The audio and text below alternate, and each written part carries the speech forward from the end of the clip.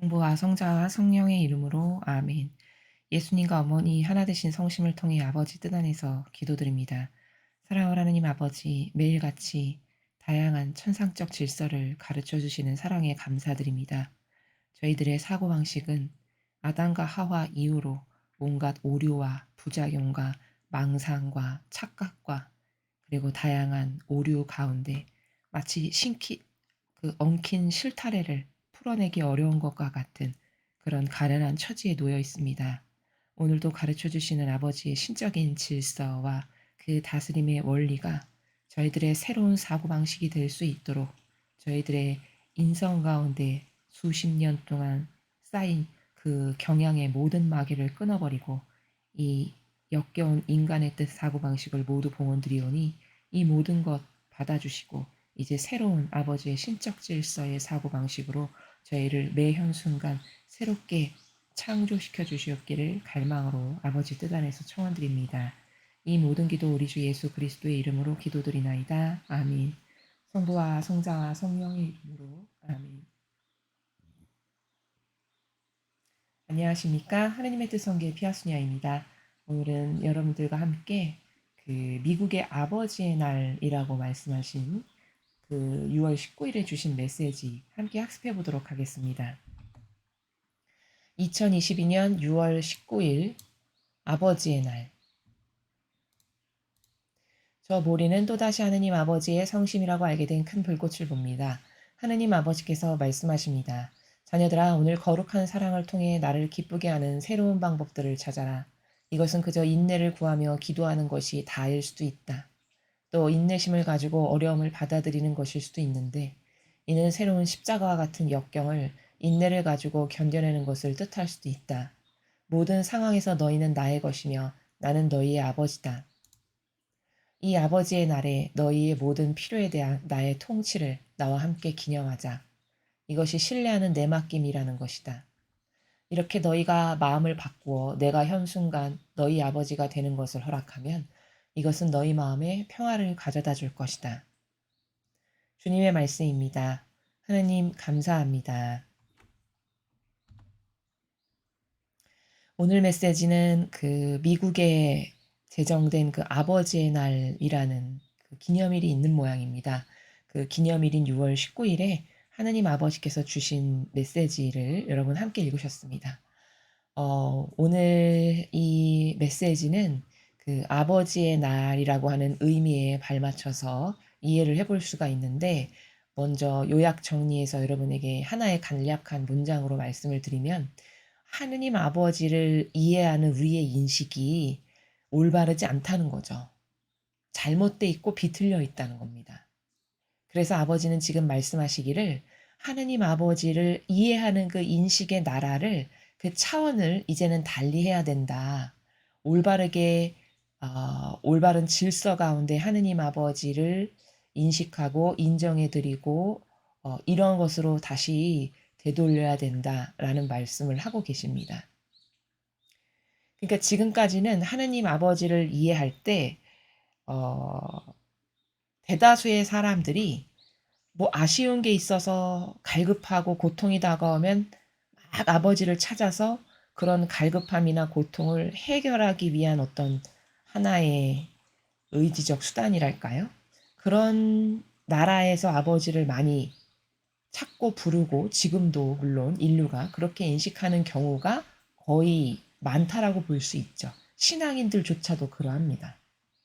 근데 이제 그것은 물론 어떤 것을 인식한다는 것은 차원이 순차적으로 1단계였다가 2단계였다가 이렇게 거듭거듭 올라가야 되는 것은 맞습니다만, 구약 수준에서, 구약의 그 인류가 하느님을 이해했던 수준에서 아직도 머물러서 아버지를 이해한다면 그것은 시급히 달라져야 될 문제겠죠.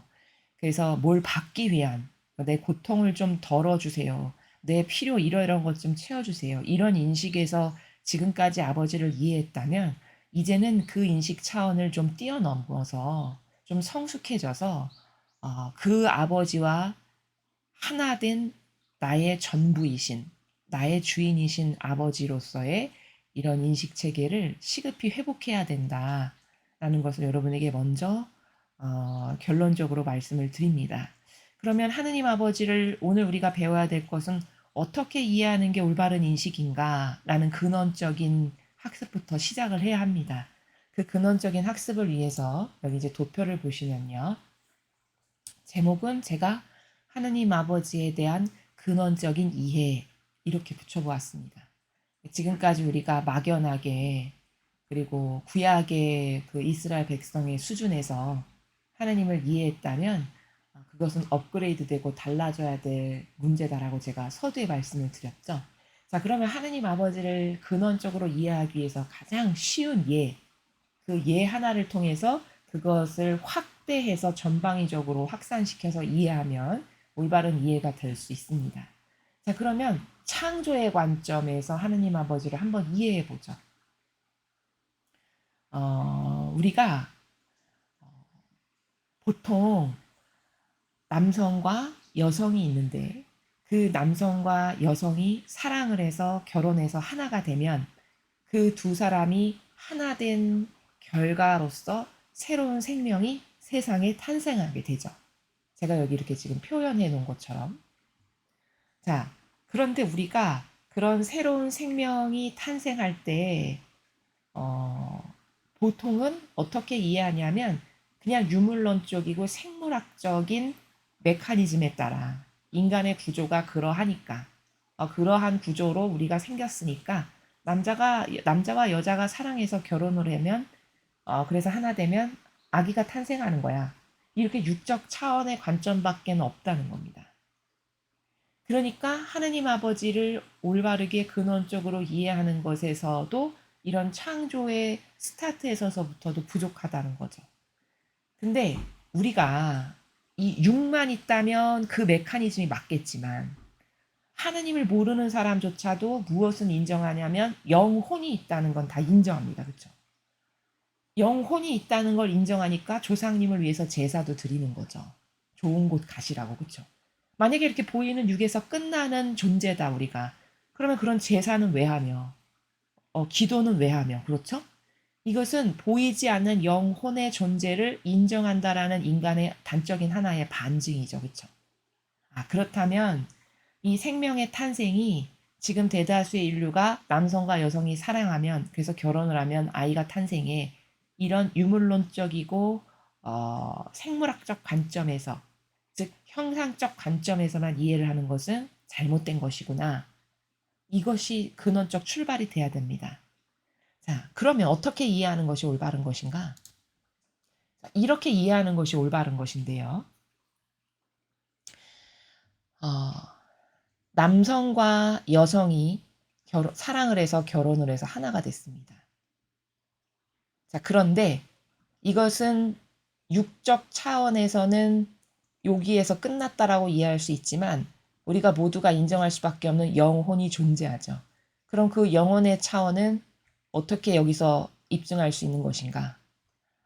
이것은 단순히 남성과 여성이 하나 돼서 육의 인간만을 탄생하게 하는 게 아니라 이 남성이 가지고 있는 인성, 여성이 가지고 있는 인성과 그리고 하느님 아버지가 가지고 계시는 신성, 이 두 가지의 결합, 즉 하나됨을 통해서 새로운 생명이 탄생하는 것이다 라고 이해하는 것이 올바르다는 거죠.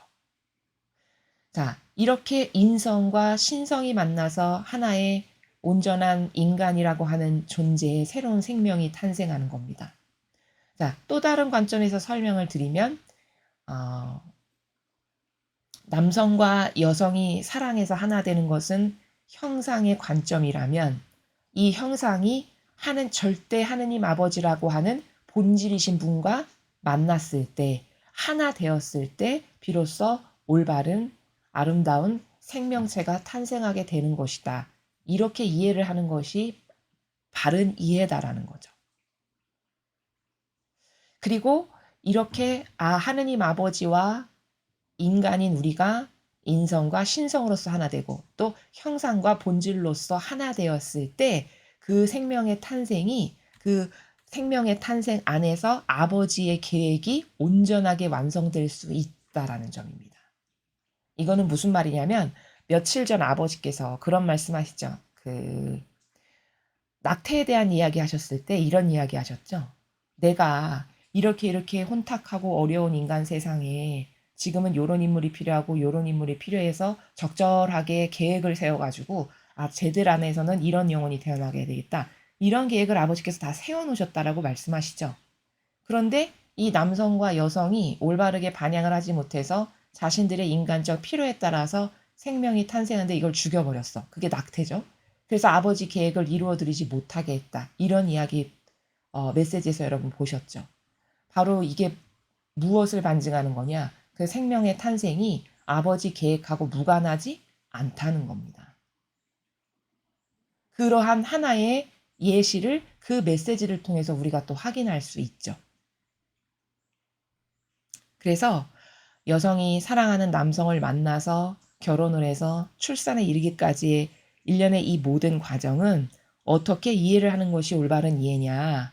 즉 결혼의 의미는 형상적 차원에서는 이 여성이 남성과 하나 된 것이고 이 형상의 차원에서는 그러나 본질의 차원에서는 이 여인과 이 여성과 남성이 하느님이라고 하는 절대 하느님, 나의 주인이시고 나를 만드신 분이고 우리 생명의 주인이신 이 절대 하느님과 하나 된 차원이 됐을 때 올바른 그 아버지의 계획도 완성시켜 드릴 수 있고 생명이 탄생하는 메커니즘에 대한 올바른 이해는 바로 그러한 이해가 맞다.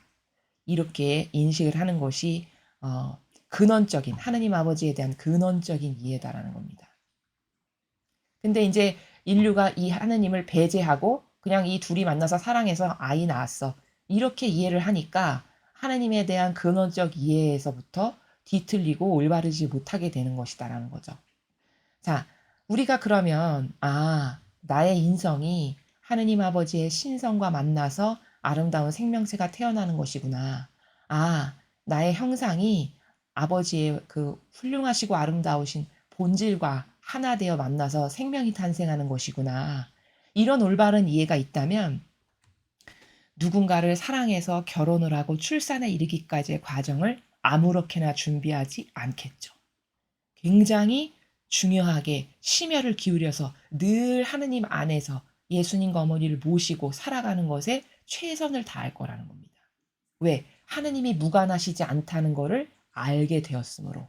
오히려 이 하느님께 내가 얼마나 의탁되어 있고 나의 인생을 내어드려서 완전히 하나 되느냐에 따라서 훌륭한 아이가 태어나느냐 아니면 그렇지 못한 아이가 태어나느냐가 거기에 결정됩니다.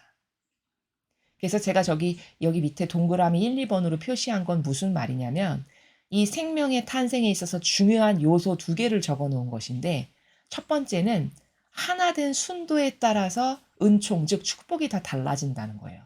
무슨 말이냐면 이 남성과 여성이 각각 아버지 뜻 안에서 둘이 먼저 하나 되어야 되고 그리고 이 둘은 하느님 아버지, 절대 하느님 아버지와 완전히 하나 되어야 그 하나 된 순도, 하느님과 내가 얼마나 하나 됐고 그 아버지를 신뢰하여 의탁하고 용해되느냐에는 그 순도에 따라서 태어날 아기가 완전히 달라진다는 거죠. 왜? 하느님이 개입하실 수 있느냐의 순도가 내가 하느님께 의탁되어 있는 신뢰도에 따라 결정될 테니까. 내가 하느님께 완전히 온전히 용해적 차원까지의 의탁돼 있죠. 그럼 하느님은 이 생명을 탄생하시는 데 있어서 더 많이 개입하실 수 있죠. 그럼 훌륭한 유전인자나 이 시대에 꼭 필요한 영혼으로 아버지가 얼마든지 생명을 탄생시키실 수 있죠. 근데 내가 하느님과 무관하게 살아. 그러면 하느님이 이 생명의 탄생에 개입을 하고 싶으셔도 하실 수가 없죠. 인간의 자유의지는 천하무적이므로. 그럼 그냥 육적이고 본능적인 것에 의한 하나의 그냥 생명이 탄생할 뿐이라는 거죠. 이래서 아이가 훌륭한 이 가문에 훌륭한 아이가 태어나게 하고 싶다. 그러면 이 강의를 들으시는 젊은 남녀분들이나 결혼을 앞두신 분들은 반드시 하느님과 무관하지 않다. 내가 하느님과의 관계가 절대 내 아이가 훌륭한 아이가 태어나냐 안 하느냐에 따라 그것과 무관하지 않다는 이 진실을 몇 퍼센트나 인식하느냐에 따라 어, 정말 필요로 하고 훌륭한 인물이 태어날 수도 있고 그렇지 않을 수도 있다라는 점입니다. 그래서 1번은 이 생명의 탄생이 과연 하나 된 순도, 즉 하느님과 이 남녀가 얼마나 하나 됐느냐에 따른 그 은총의 축복의 열매인데 그것은 이 둘이 하나 되는 순도에 따라서 다 달라진다는 점. 그 다음 두 번째, 하느님과 두 사람의 일치 관계가 미래가 되는 비전이다. 이 새로운 생명의 탄생이라는 건. 제가 좀 전에 설명을 드린 내용이죠. 이 두 사람이 먼저 하나 되고 아버지 뜻 안에서 그리고 이 두 사람이 하느님과 얼마나 의탁과 신뢰의 깊은 관계로 하나가 됐느냐에 따라 아버지는 이 생명의 탄생에 깊이 개입하실 수 있고 그러므로 시대가 원하고 또 하느님 계획에 완전히 부합하는 생명이 탄생할 수 있느냐 없느냐는 이 둘의 반향에 따라 하느님과 얼마나 일치되었는가에 따라 미래가 되는 비전의 아이는 다 다르게 창조될 수 있는 것이다라는 요 점을 먼저 오늘 이 메시지에 들어가기 앞서 여러분에게 말씀을 드립니다. 자, 그러면 하느님 아버지가 이렇게 절대 우리와 무관하지 않으시다. 이것은 이 생명 창조에만 해당될까요? 그렇지 않죠. 이렇게 하느님 아버지가 이 생명의 탄생에서부터 내가 살아가면서 맞닥뜨리는 모든 여러 가지 환경과 조건과 여건에 따라 이렇게 하느님과 무관하지 않은 사고방식을 하고 살아가는 사람은 그 모든 것에 아버지가 이렇게 다 개입하실 수 있게 되는 거니까 그 사람의 삶의 효용과 가치가 엄청 상승하게 되겠죠. 그러나 인류가 이렇게 비참해지는 거는 왜냐? 하느님 아버지가 절대 주권자시고 아버지가 나와 내가 용해된 차원에 따라 나에게 깊이 개입하셔서 더 좋은 것을 창조하실 수 있고 만들어 주실 수 있고 환경도 바꾸시고 이렇게 하시지만 내가 그 아버지를 인정하지 않고 무시하고 권리를 다 짓밟으니까 나에게 개입하실 수가 없어서 내 인성이 만들어내는 수많은 부작용 가운데 살아가는 이게 현 시대 인류의 모습이다라는 거죠. 이 하느님 아버지를 여태까지 인류는 어떻게 대해왔고 왜 하느님 아버지를 잃어버렸는가? 이것이 구약과 신약 전체를 통틀어서 우리가 성경을 통해서 발견해야 될 중요한 문제라는 겁니다. 그것을 회복하지 않으면 우리만 손해다. 인류만 손해고 인류는 고통이 더 길어질 수밖에 없다. 또 이 부분을 통해서 우리가 발견해야 되는 건 올바른 영향을 내가 받으려면 하느님 아버지로부터 하느님 아버지의 은총과 축복을 받고 싶으면 이 질서, 하느님을 무시하는 것에서 이제 하느님이 절대자시고 이 하느님 아버지가 나의 주관자가 되셔야 이 모든 것에서 아버지가 개입을 하셔서 하느님 아버지의 계획이 이 탄생에서부터 내 인생의 모든 것에 이르기까지 개입하셔서 이루실 수 있다라고 하는 이 질서가 회복되지 않는 한 인류는 고생을 계속 더할 수밖에 없다. 이것을 여기서 발견해야 된다라는 점입니다. 그래서 요약 정리하면 이 전체를 통해서 우리가 볼 수 있는 대원리가 있는데 그게 다중적 이원론의 체계예요. 이건 무슨 말이냐? 하느님은 창조하실 때 이원론의 나라에서 창조를 하셨거든요. 그래서 창세기를 보면 하늘과 땅, 남자와 여자, 밤과 낮 이렇게 이원론으로 창조하심을 볼 수 있어요. 여기서도 보면 지금 다중적 이원론의 체계라는 것을 제가 이 전체에서 확인할 수 있다 원리로 이렇게 적었는데 그건 무슨 말이냐면 인성과 이 신성이 만났을 때 올바른 창조가 일어난다는 점. 이게 이원론이죠. 그렇죠? 하느님이신 본질과 나라고 하는 인간의 형상이 만나서 하나 되어 만났을 때 그때 올바른 생명체가 탄생한다는 점. 이렇게 이원론의 체계 가운데 아버지는 온 우주 만물을 창조도 하셨고 이렇게 다스리신다라는 것. 이것을 또한 오늘 도입부에 앞서서 여러분에게 하느님에 대한 인식이 달라져야 된다라는 걸 설명드리는 이 부분에서 먼저 기본적인 원리를 이렇게 인식을 해야 이제 아버지에 대한 올바른 인식 체계를 가지고 이 메시지를 이해하실 수가 있습니다. 자, 그럼 본문을 한번 살펴보겠습니다. 자녀들아, 오늘 거룩한 사랑을 통해 나를 기쁘게 하는 새로운 방법들을 찾아라. 자, 하느님을 기쁘게 하는 다양한 방법들을 찾으라고 말씀하시죠. 그런데 하나님을 왜 기쁘게 해야 되지? 그리고 새로운 방법은 어떻게 하는 거지? 이런 물음을 갖는 누군가가 있다면 그거는 왜일까? 아까 도표에서 말씀드린 하느님과 나와의 건강한 관계성이 아예 전무하다 보니까 나랑 무슨 상관이지? 이렇게 하거나 혹은 내가 살고 싶은 대로 하느님이 나의 주인이라는 인식이 아예 없고 희박하면 내가 살고 싶은 대로 내 멋대로 사는 게 자유고 당연한 것. 이렇게 생각을 한다는 거죠. 인간이. 그 오류에 빠지게 된다는 거예요. 그러나 아까 도표에서 보면 절대 하느님과 생명의 탄생이 무관하지 않다는 것을 여러분이 보셨어요. 왜? 우리의 영혼이 있다는 것을 보았을 때 그 본질과 절대 무관하지 않아요. 인간이란 존재는. 그쵸? 영혼이 없고 그냥 겉에 보이는 이 형상이 다라면 상관없겠지만 그럼 그 영혼이 있다는 것이 하느님을 반드시 인정하지 않으면 안 된다라는 증거라는 겁니다. 자, 그렇게 하느님과의 나와의 건강한 올바른 질서의 관계성이 딱 확립되면 오늘 그 도표를 통해서 확립되면 하느님을 기쁘게 드리는 건 당연하지. 나의 주인이시고 전부시고 나를 만들어 주신 우리 아버지신데 최소 이런 질서라도 있게 되는 거죠. 이런 질서 확립이 먼저 필요해서 말씀을 드렸고 그 질서가 올바르게 확립이 되면 기쁘게 드리는 거 당연하지. 그리고 그것이 더 고결해지면 사랑의 차원의 순도가 이제 예수님과 어머니와 같이 거듭거듭 상승되는 거죠. 그리고 새로운 방법이라는 거는 여러분이 누구를 사랑하면은 선물 어제 준 거 똑같은 거 한 달 후에 또 주나요? 그렇지 않죠. 누구를 진짜 사랑하면 지난달에 내가 선물 줬는데 이번엔 어떤 새로운 걸로 좀 그 사람을 기쁘게 해줄까?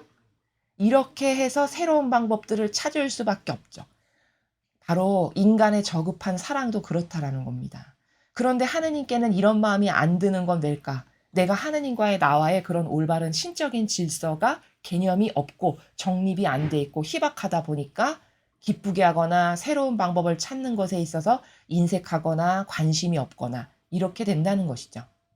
이것은 그저 인내를 구하며 기도하는 것이 다일 수도 있다. 자, 하나님을 기쁘게 하는 여러 가지 방법을 지금 말씀하시는데 후미에 어떤 때는 인내를 구하며 기도하는 게 하나님을 기쁘게 해드리는 방법일 수도 있다라는 거예요. 이건 왜일까? 그 사람이 깨닫지를 못하니까 하느님에 대해서 아직 잘. 그러니까 그냥 인내하면서 제가 아버지를 기쁘게 해드릴 수 있는 건 지금 저에게 닥친 이 상황을 인내하면서 이 기도하는 게 다입니다. 이렇게 할 수밖에 없는 처지도 있다는 거죠. 아버지 말씀이. 혹은 그냥 인내하며 기도하는 것이 하느님께 기쁨을 드리는 또 다른 케이스는 어떤 이런 인고의 긴 과정을 통과해야 하는 어떤 시험에 있을 경우, 그런 경우도 있겠죠. 이런 여러 가지 기타적인 이유로 인내를 구하며 기도하는 것이 어떤 때는 하느님을 기쁘게 드리는 방법일 수가 있고 또 인내심을 가지고 어려움을 받아들이는 것도 하느님을 기쁘게 드리는 방법 중에 하나고 여기서 불평불만 안 하고 닥치는 나에게 다가오는 모든 것을 다 수용하는 거니까요. 어려움을 받아들이는 건 그것만으로도 하나님께 기쁨이 들 수 있다는 거죠. 또 어떤 케이스는 새로운 십자가와 같은 역경을 인내를 가지고 견뎌내는 것도 하나님께 기쁨을 드리는 또 다른 방법 중에 하나라는 거죠. 이렇게 다양하다는 거예요. 새로운 방법이라고 아까 말씀을 하셨잖아요. 나에게 십자가가 있어. 근데 십자가 없는 사람은 없습니다. 이 인류에서. 근데 그것을 이거 다 나에게 아버지께서 나를 사랑하시는데 어련히 다 알아서 필요한 것을 주셨겠어. 이런 마음의 나라에서 그런 역경을 인내를 가지고 묵묵히 견뎌낸다. 투덜대지 않는다. 그러면 그거를 아버지께서 딱 보셨을 때 제가 나를 저렇게 사랑하고 신뢰하니까 아버지께서 이거 필요해서 주셨다라고 해서 받아들이는구나. 그 사랑의 표현으로 아버지는 다 아신다는 거죠. 모든 상황에서 너희는 나의 것이며 나는 너희 아버지다. 자, 아까 도표에서 보면 나의 것이다. 왜 하느님의 것일까요, 우리가? 그분이 창조하셨으니까. 당연히 그분이 주인이시라는 거예요. 그게 너무나도 당연한 거죠. 그러니까 나의 것이다. 또 너의 아버지다. 그렇죠. 창조해 주시면서 아버지시죠. 이 기본적인 질서를 지금은 다 잊어버려 가고 있고 인정을 안 하니까 아버지는 지금 자꾸 잃어버린 질서를 깨닫게 하셔서 회복할 수 있게끔 이끄시는 거죠. 이렇게 이해를 하시면 이게 올바른 이해다라는 겁니다. 그래서 하느님께서 지금 요 마지막 문장을 통해서 세상에 우리들에게 하시는 말씀이 하느님 아버지와 절대 우리가 무관하지 않고 주인이 나란다. 그 질서를 너희는 회복하고 인정해야 된다. 깨달아야 된다. 이런 말씀이죠. 이 아버지 나라에 너희의 모든 필요에 대한 나의 통치를 나와 함께 기념하자. 자, 오늘 아버지의 날이니까 우리가 어버이날 그러면 어버이의 은혜를 좀 생각해 보고 반성도 하고 이렇게 하잖아요. 그런 것처럼 오늘 아버지 날이시니까 인류가 그동안 아버지께 잘못한 게 뭐고 달라져야 될 게 뭐고 회복돼야 될 질서는 뭔지 내 인식 차원에서 아버지를 잘못 이해하는 오류는 없나 이런 걸 점검하고 돌아봐야 되겠죠. 그것이 기념일을 똑바로 지내는 올바른 자세죠. 그래서 이 아버지 날이니까 너희의 모든 필요에 대한 나의 통치를 함께 기념하자꾸나. 이런 말씀이에요. 그러니까 여기 나의 통치를 기념하자라고 말씀하시는 거는 내 다스림, 하느님의 다스림. 내가 인류를 어떻게 다스리고 있고 너희들이 나와 무관한 존재가 아니고 나에서부터 났고 그러니까 나와 하나 되지 않으면 너의 인생이 올바르게 효용과 가치를 내는 인생을 살 수 없고 기타 등등. 이런 나의 통치를 너희들이 기념하고 깨닫고 발견해서 지금까지 하나님의 권리를 짓밟고 무시해서 이렇게 고통 가운데 산다면 그것을 다시 회복해 드릴 때 그래서 아버지와 하나 될 때 그때만이 우리의 인생과 영혼과 모든 것이 순탄하게 그 순리에 순종하기 때문에 순탄하게 아버지 뜻이 이루어지는 그 방향으로 새로워질 수 있다는 거죠. 이것이 신뢰하는 내맡김이라는 것이다. 자, 내맡긴다는 건 이렇게 하는 것이란다. 하느님의 통치를 인정하고 받아들이고 그리고 지금까지 그 통치를 인정하지 못해서 권리를 인간이 도둑질해서 이런 전체주의를 하고 모욕을 드리고 역경을 드리고 자기가 왕처럼 살고 이렇게 다 변질된 거잖아요. 그걸 다 되돌리고 하느님만이 다스리셔야 되고 왜? 그분이 만드셨으니까. 마땅히 아버지가 저의 주인이십니다. 이런 것을 다 되돌려라. 그게 신뢰하는 내맡김이라는 거예요. 지금 아버지 말씀이. 이렇게 너희가 마음을 바꾸어 내가 현순간 너희 아버지가 되는 것을 허락하면 이것은 너희 마음에 평화를 가져다 줄 것이다. 자, 내가 너희들의 아버지가 되는 것을 너희들이 허락한다면 그러니까 이 말씀은 너가 세상에서 생명이 있어서 살아갈 때 그렇게 세상에 머물러 있을 때 내가 너의 진정한 진짜 아버지라는 것을 너가 똑바로 인식해서 그 인식 체계를 바꿔서 그 아버지께 순종하고 공경을 드리고 사랑을 드리고 이런 올바른 질서를 회복해. 그러면 그때서야 평화가 온다는 거예요. 평화가. 너무 당연한 이치죠. 그렇죠? 우리가 세상도 부모님의 권리를 인정하지 않고 부모님을 무시하고 깔보고 등을 지고 척을 지면 그 평화롭나요? 자식과 부모의 관계가? 절대 평화로울 수가 없죠. 부모님은 부모님으로서의 권리를 존중해 드리고 인정해 드릴 때 그럴 때 비로소 평화가 오는 거예요. 세상사도 그렇죠. 그렇죠. 인간사도. 하느님과의 관계도 똑같다는 겁니다. 사실 이 부모 자식의 개념도 어, 어떻게 이해하는 것이 올바른 거냐면 나의 세상적 부모님은 나의 육을 낳아주신 부모님으로서 어, 하느님께서 그분들께 맡겨주신 거예요. 우리를 자녀로. 그러니까 소유의 대상이 아니에요. 부모님들은 또 거꾸로 입장을 바꿔서 제가 설명을 드리면 내 거, 내 자식 이런 개념이 우리나라는 좀 팽배한데 그것은 이 신적 질서를 몰라서 그런 거고 오해가 있어서 그러신 거고 내 자식이니까 내 마음대로 하려는 이런 것은 부모님이 또한 자식에게 올바른 지도법이 아니시라는 겁니다. 아, 하느님이 나에게 저 아이를 맡겨주셨어. 그러니까 나에게 맡겨주신 아이니까 잘 길러야지. 아버지가 기뻐하실 수 있게. 그럼 진정한 주인은 사실 누구냐면 아버지시고 진짜 아버지는 하느님 아버지세요. 왜? 그분이 영혼을 창조하시니까. 왜? 인간은 영혼이 주인이지 겉에 보이는 이 육은 사실 주인이 아니에요. 그렇죠. 그러니까 어, 주인을 창조하신 그러니까 겉에 보이는 육은 내 것일 뿐 나는 아니고 진짜 나는 영혼인데 그 영혼을 창조하신 분이 아버지시니까 그분이 진정한 우리의 아버지시라는 거예요. 하느님 아버지께서. 이해되시죠? 그러나 육적 부모님을 그럼 무시하란 말이냐? 그 말이 아니죠. 아버지가 특별한 인연으로 나의 부모님으로 보내주셨으니까 존중하고 사랑해야죠. 요런 관계를 잘 무르르듯이 알아야 우리의 사고방식 안에 오해와 부작용이 없어서 그래서 충돌이 없고 하나님 뜻 아래에서 행복하게 살아갈 수 있는 그런 차원의 질서가 구현이 되는 거다라는 점입니다.